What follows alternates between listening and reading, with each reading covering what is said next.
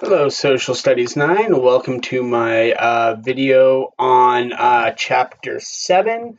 Chapter 7 is all about consumerism, and sort of the guiding question of this chapter is what role should consumerism play in our economy? So, once again, our economy is a very important subject, and consumerism plays a very big role. And you are all part of consumerism. You are all consumers because you all buy things. So, what is consumerism?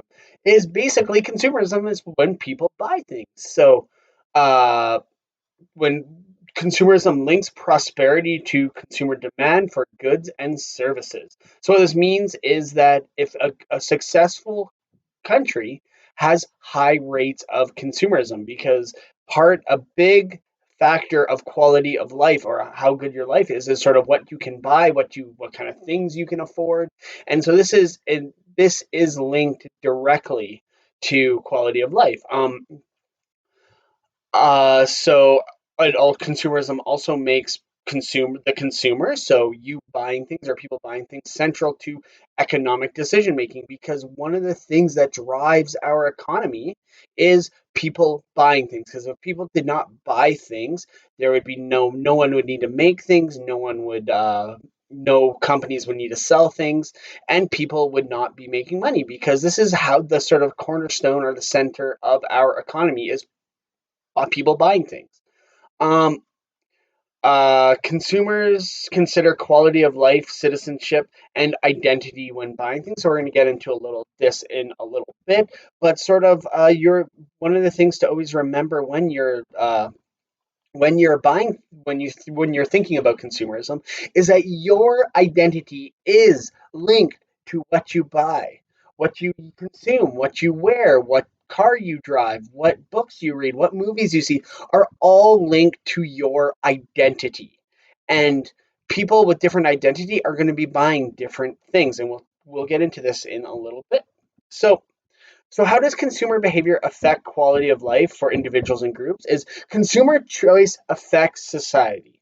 Jobs people have and the quality of an environment. And various things guide what people buy.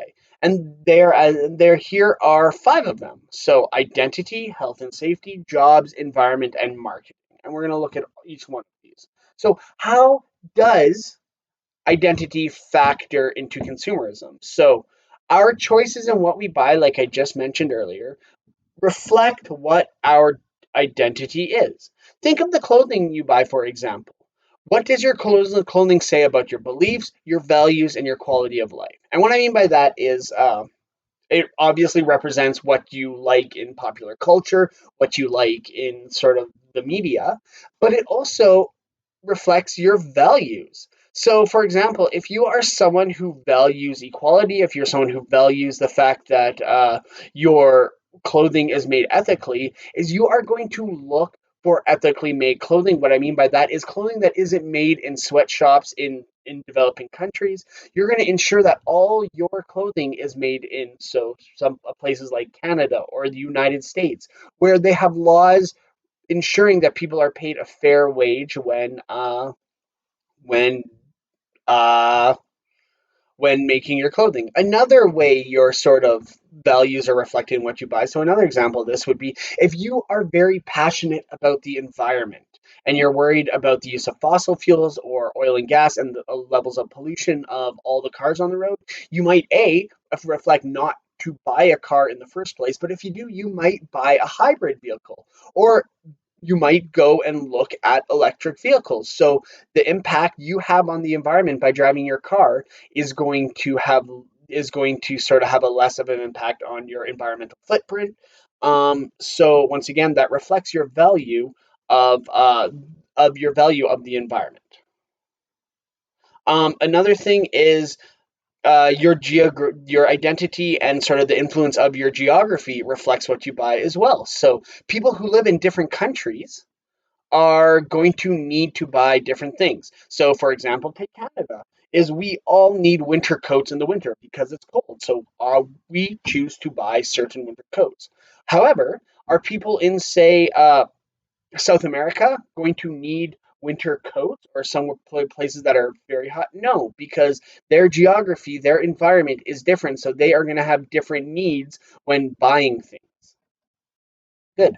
Another factor we have is health and safety. So once again, we have health and safety is directly related to what we can and cannot buy. So, for example, our cigarettes is the government takes into account our health and safety with regards to cigarettes. Obviously, they haven't banned cigarettes. However, they do make it a law that there are warning labels on all cigarette packets, and this is because we all know cigarettes are directly linked to cancer.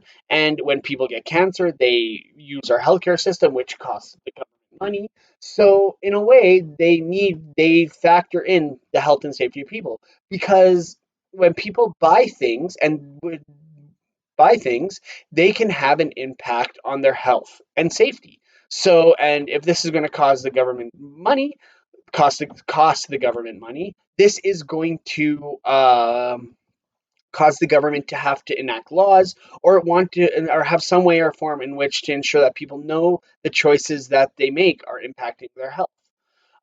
So what's a good example? Another good example of this is firearms. So it's legal to sell firearms in to buy firearms in Canada. However, they require courses, they require background check, and this is part of our law.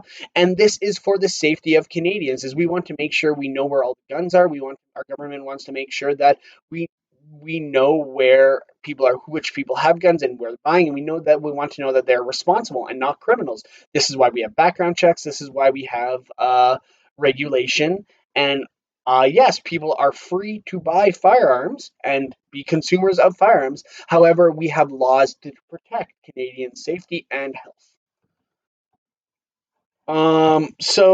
Going further on this is sometimes government can ban products altogether that they deem safety, that they deem to be for the health of the country. So examples of this in Edmonton Public Schools, they have banned all junk food from their schools. I not being possessing it, but they can no longer give it to students. They can no longer sell it to students. In Calgary, our government has banned restaurants from using trans fat. So this actually limits our consumer choice, but our government has deemed it for the health and safety. Um, Another example of this is Canada and the United States have legislation that ensures that all food and cosmetics have ingredients listed on it. Um, so what this means is this ensures that all consumers can make an educated choice when buying their food or products to ensure that they can make a healthy choice. And For safety reasons, USA makes airbags and seatbelts mandatory in all vehicles.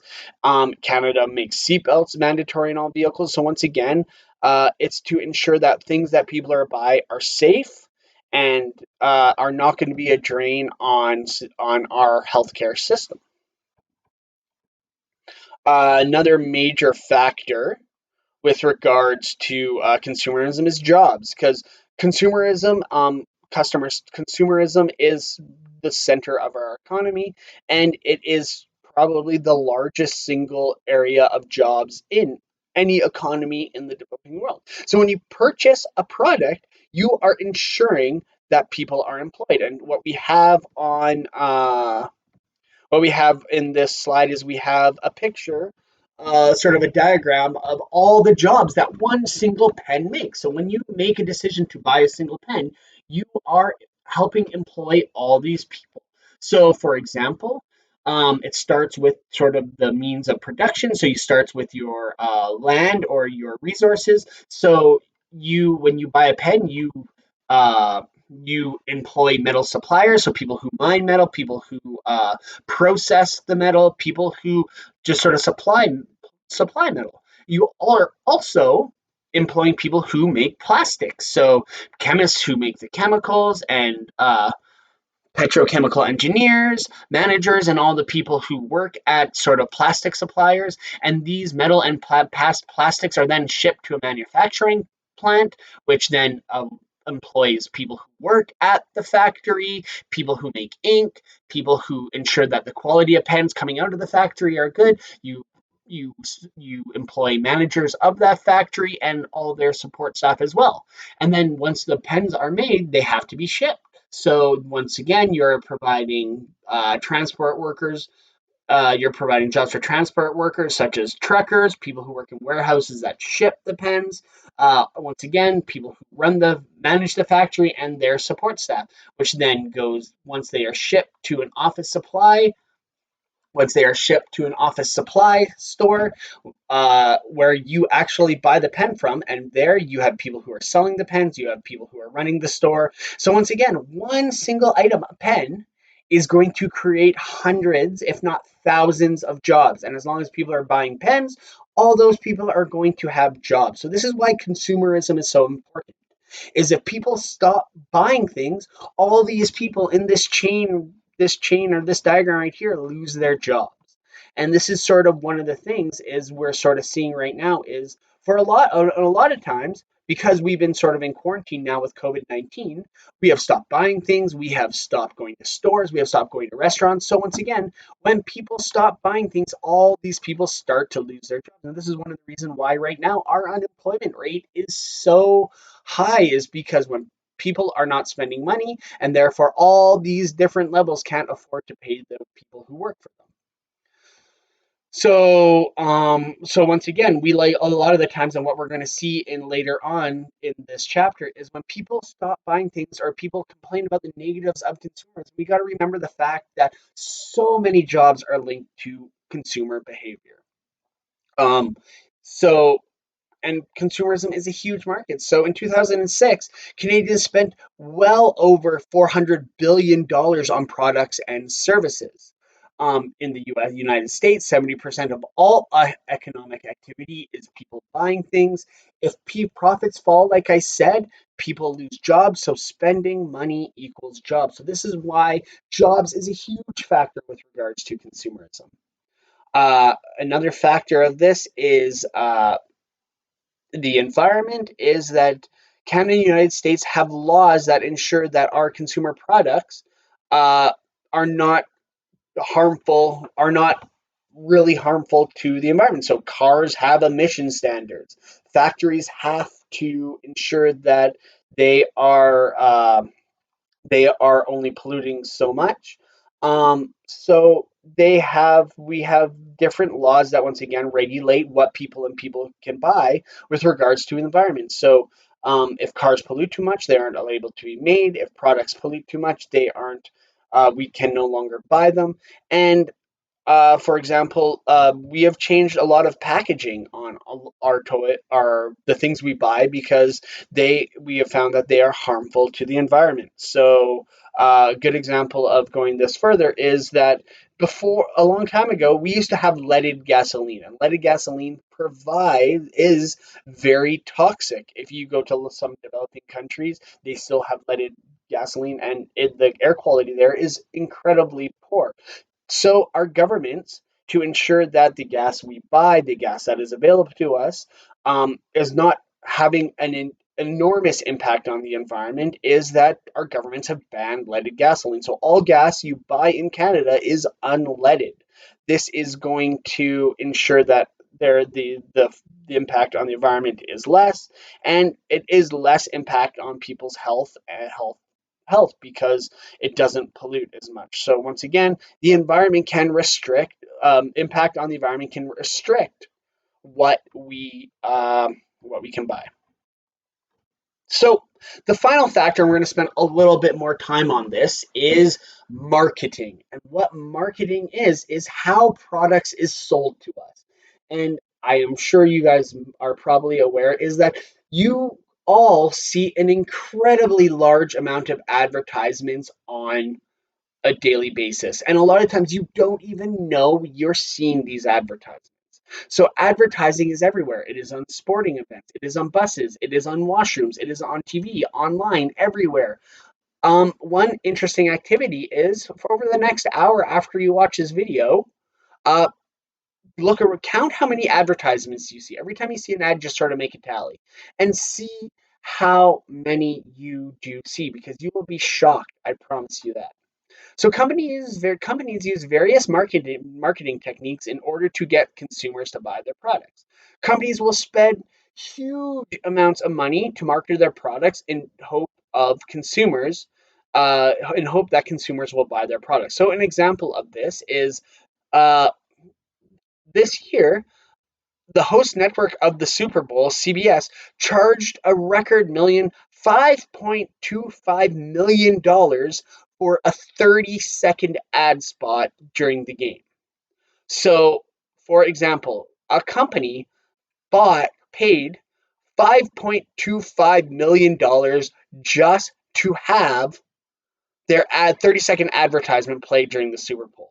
And what we have to remember is this does not count for the cost of making the commercial. So when you add on to that, and I'm sure a lot of you have seen Super Bowl commercials, and they are huge budgets. They often cost over $1 million to make. So companies are spending millions of dollars for 30 seconds of airtime in order to try to influence people to buy their product. We have different marketing techniques, and there are more than this. However, these are the six that are found in your textbook, and I think do take a lot of these do take a lot of cover a lot of the different sort of commercials and advertisements you see. And the first one is called what is called the bandwagon effect. And this is basically using peer pressure to sell products. So it is basically making the argument that everyone is buying a product, so you should too. And it uses the fact that everyone wants to be popular, everyone wants to fit in. So if you tell people that everyone's buying something, it's going to influence people to buy it. The next one is emotional appeal. So it connects fears and desires and emotions to a product. So a lot of commercials are going to maybe show sort of like a heartwarming commercial of a family eating dinner together, which makes people sort of reminiscent of it when they ate with their family, or it's going to give them sort of the feeling that, like, sort of a happy, warm feeling, and they're going to connect that to the product and they're going to want to buy that product. The next the next one they show is glittering generalities. It's called glittering generalities, and this makes promises that they cannot deliver. So, for example, I think sports drink commercials are so like Gatorade or Powerade commercials are really good at this. Is they show athletes drinking their product and being able to perform really well when really, yes, being hydrated is important, but it doesn't actually improve uh, your ability to play a sport or be proficient at a sport. So it promises if you drink this Gatorade product, you are going to be better at hockey, better at basketball, and that just isn't the case. The next one is plain folks appeal. So what this does is it uses everyday people and it shows how handy products are for everyday people. So people, when they're watching a commercial or seeing an advertisement, they're like, "Hey, I am just like that person. So this product is obviously going to be good for me too."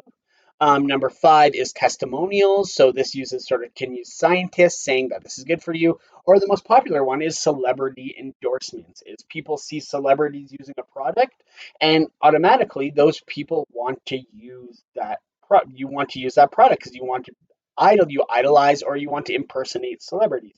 And then finally is scientific appeal. So it claims to use scientific data and statistics to sell their product. And the scientific data and statistics might be true, might not be, but it doesn't matter because if people see science or data attached to a product, it is very persuasive and it uses the fact that it uses and influences people to buy a product. So these are the major marketing techniques, and maybe after watching this video, take a look, watch a commercial or two, and see how many of these techniques you can identify in that commercial. Because a lot of times commercials will use more than one of these techniques. So What I'm going to look at now, and this is sort of a little bit outside the textbook, but it's sort of a new way of advertising, is influencer marketing, and this is something you guys are probably more knowledgeable at than me because of your access, how often you guys use things like Snapchat or TikTok or all the different sort of social media apps. Is influencer marketing is a form of marketing in which focus is placed on influential people rather than a target market as a whole on social media. It identifies the individual it identifies individuals who have influence over potential customers and orientates marketing activities around these influencers. So once again, it looks companies will look at people who have large footprints on social media.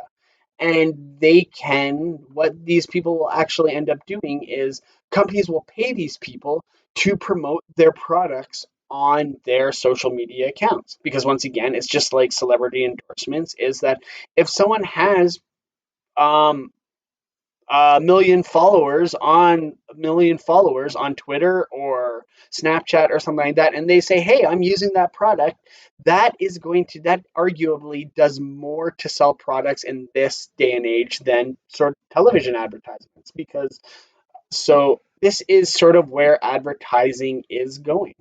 Um, I don't know. I Can you guys think of any social media influencers?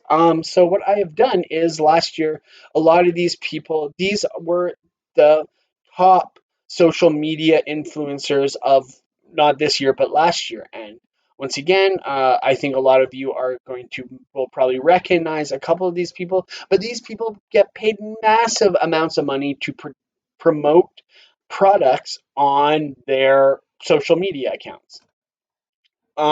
So finally, one other thing there are a couple more things you have to be aware of is consumerism's effect on GDP and what GDP is gross domestic product and what gross domestic product is. GDP measures the amount of wealth in a country a country's economy generates. So the term per capita means the average person. So GDP is actually measured in how much money on average a person makes. And so we look at North America and we see that there is a huge sort of range of GDP. Is our Canada's GDP, and this was in 2006, I believe, is about $33,000, which isn't that much money. Mexico is 12,500, and the United States is 46,000 dollars. So GDP is important, and GDP is directly linked to consumerism in the sense that um, it measures how much money people make, and the higher GDP, the more things people can buy, and the higher the level of consumerism is. Um, and the final thing I want to talk about is sort of that uh, boycotts. And boycotts are an interesting thing in the sense that it is something that gives individual consumers, a huge amount of power. Through boycotts, consumers or regular everyday folk can influence government legislation. We can influence the economy. So a boycott is a decision by a group of consumers not to buy certain products or services. Boycotts uh, Boycotts are used to take action on a variety of issues such as child labor, environment, taxes, and human rights. And so, for example, probably about 15 years ago, it was discovered that Nike, a lot of the athletic companies, were using child labor to make their products. People found out about this, and there were boycotts on Nike clothing, on different companies who use child labor to make their clothing. Through this, um, it influenced these companies to stop using child labor in sort of the manufacturing of their clothing. They still use developing countries to factories in developing countries to make these, but they are no longer using child labor because enough people stopped buying their products, and this caused the companies to lose enough money to decide to change. One of the important things of boycotts is that boycotts can only be successful if a large enough people decide to participate. So that in a way, boycotts are very powerful, but they're also very hard to do successfully because if not enough people, because if I were to go to say Nike and be like, I don't like how that you develop your clothing in the in the developing world, so I am no longer going to buy their product. Do you guys think Nike's going to care if I don't buy Nike products? No, they're not, because one person cannot make a difference, because losing one customer is not going to change their practice. However, if say 100,000 people stop buying Nike products, um, that is going to cost Nike a lot of money. And if Nike starts to lose enough money, they're going to change their practices, because that is going to ensure that people come back and buy their products. So this is how a boycott can work, but it is important to note that boycotts can only be successful if enough people participate in them. So that is chapter 7 in a nutshell. I know that is a lot, but if you have any questions or concerns or want me to go over anything, please contact me. You know how to do it. So, thank you guys for listening, and I will talk to you next time. Have a wonderful day.